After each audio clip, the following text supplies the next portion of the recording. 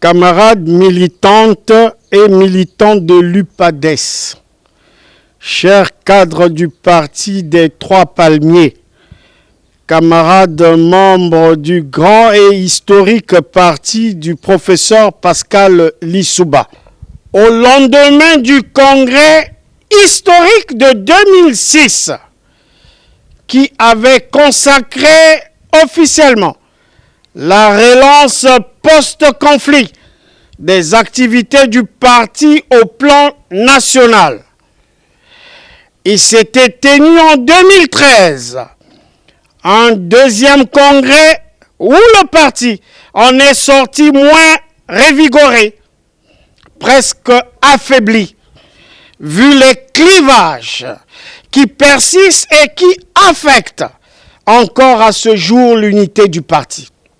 Militantes et militants, chers sympathisants, depuis la première sortie médiatique du courant politique Esprit UPADES en janvier 2024, nous n'avons pas cessé d'incarner ce groupe politique dont l'objectif principal est de veiller au bon fonctionnement du parti sur la base d'un respect scrupuleux de l'esprit et de la lettre des statuts et règlements intérieurs de l'UPADES. Ceci n'est point de la dissidence, rassurez-vous.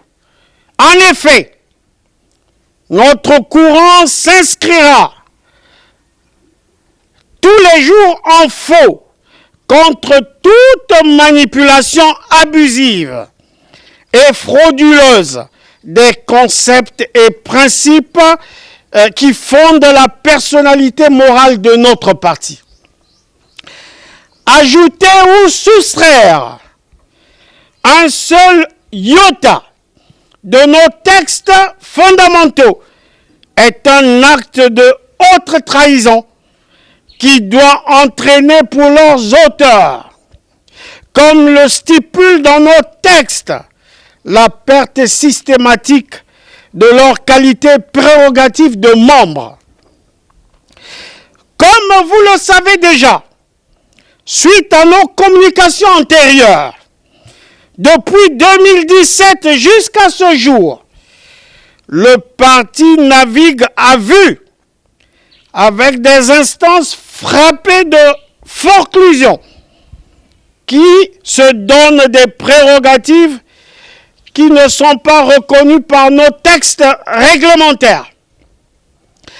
D'ailleurs, en termes de délai réglementaire, l'acte numéro 2021/001 UPADES CN PN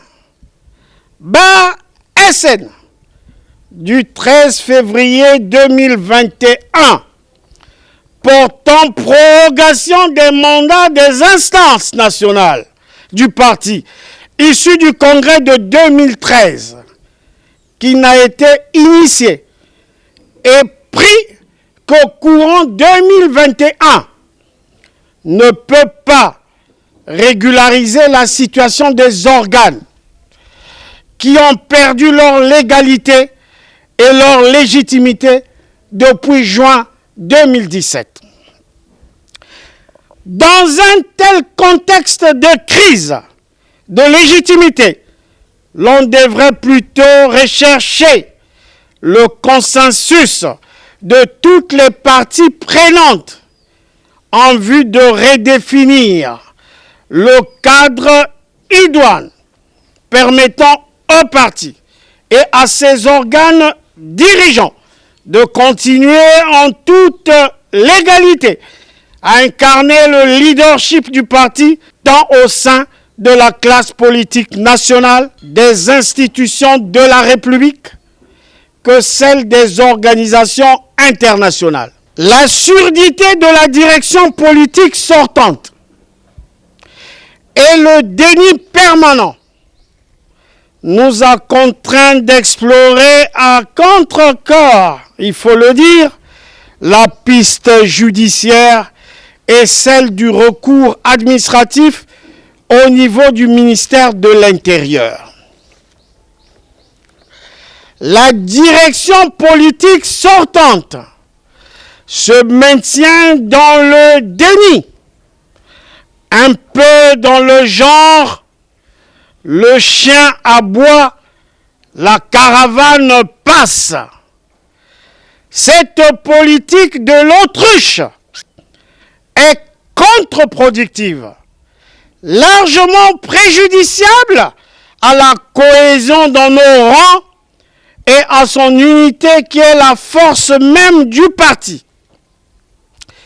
Militantes, militants, chers sympathisants, l'heure de la responsabilité a sonné. Soucieux de redorer le blason terni du parti, au moment où nous entrons dans la nouvelle année, en s'efforçant de solder dans un esprit de conciliation toutes nos contradictions passées et présentes, nous proposons au premier secrétaire sortant, avec qui, il faut le dire, nous n'avons ce qui nous concerne de problèmes personnels, qu'il est un camarade qui est resté longtemps en première ligne à la tête du parti, nonobstant nos points de vue divergents sur certaines dérives constatées. Ainsi, pour redonner l'éclat à notre parti et toute son envergure comme un véritable rouleau compresseur, il est question sans état d'âme de privilégier au plus haut point l'intérêt supérieur du parti. Cela passe par la tenue d'un dialogue franc et sincère entre camarades que nous appelons de tous nos voeux. Ce dialogue permettra de laver le linge sale en famille, en faisant la démonstration que ce qui nous unit est plus fort que ce qui nous divise. Mieux vaut tard que jamais. J'invite respectueusement l'ensemble des différents courants s'exprimant au sein du parti à la retenue et à l'arrêt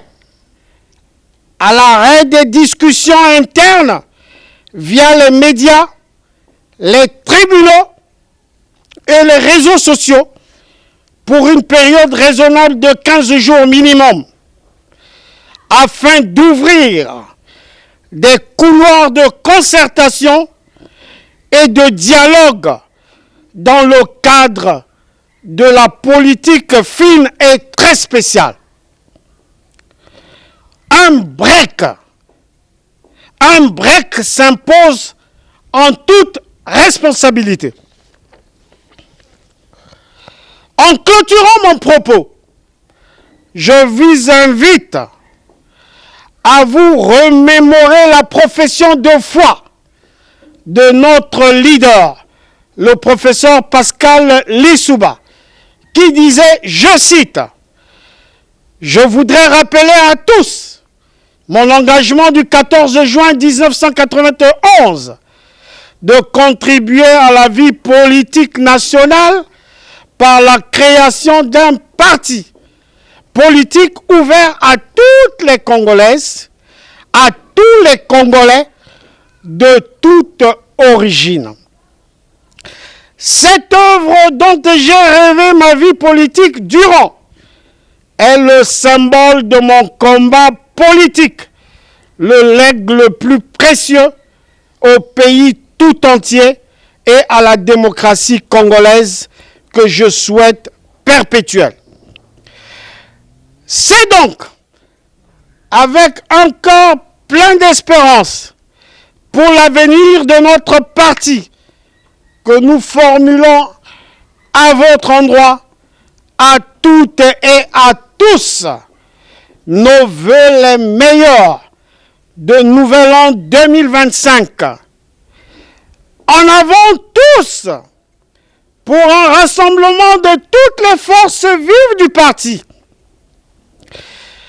Buonana, vive l'UPADES, vive le Congo, Yaba Colère V. Je vous remercie.